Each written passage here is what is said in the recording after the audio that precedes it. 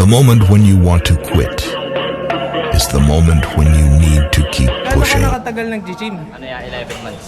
11 months ka pa lang yan sa lagay na yan Kamusta naman yung kinakain mo usually? Ano lang yan, lutong bahay lang yan. Lutong bahay? Di ka naglulutong labas? Hindi yan. Ng mga fast food? Hindi yan.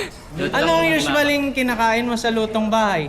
Ano lang yan, parang yung normal lang. Kunyari, pag mga luto ng nanay, ganun. Luto lang sa bahay. Kunyari, ano? Mga fried chicken ba yan? Yeah. Basta luto na hindi ka usually kumakain sa labas. Anong usually kinakain mo? I mean, top 3. May supplement ka ba? Anong nutrition mo? Ano yan? Musta? Sa supplement yan, creatine. Creatine? Yun lang tinitig ko, creatine. Talagang napipil mo yung lakas ng buhat pag nagke-creatine ka? Parang times 2 ba yung lakas mo niyan? Yeah. Na i-recommend mo sa mga bago yan mag-creatine kagad Yeah. pag nag-gym.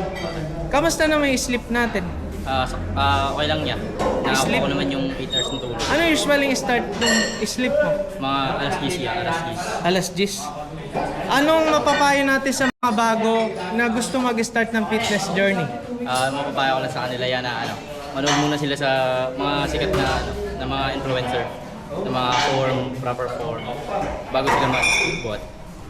Yun, manood muna sila, hindi kagad sila mag-enroll, manood muna sila. Kasi maraming mga beginner na hindi nila alam yung ginagawa nila. Kumbaga bumubuhat-buhat lang sila. Learning muna bago i-apply yung pagbubuhat. Kasi kailangan may knowledge ka bago hindi yung buhat-buhat. Atin bro, Frankie. Frankie Alaras. Aranas. Alaras. Aralas. Alaras. Pwedeng pa-flex yung favorite muscle natin sa pang.